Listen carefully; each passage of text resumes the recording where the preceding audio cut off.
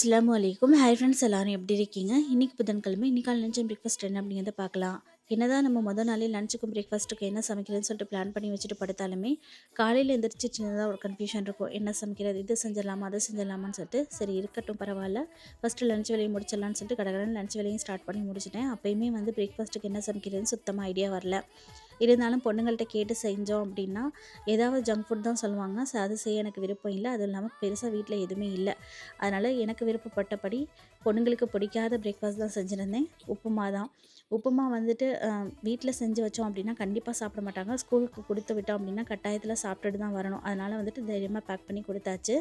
ஹஸ்பண்ட்கான லஞ்சுக்கு இன்றைக்கி கொஃப்தா புளிக்குழம்பு தான் செஞ்சுருந்தேன். மட்டன் கொஃப்தா புளிக்குழம்பு. இந்த ரெசிபியும் நம்ம சேனலில் இருக்குது. இது கூட வந்துட்டு ஃப்ரையும் பண்ணிக்கிட்டேன்.